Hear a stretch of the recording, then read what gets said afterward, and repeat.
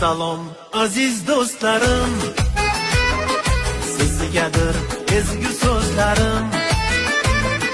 Siz bilan baland savlatim, Alloh bergan cheksiz davlatim. Do'stlarim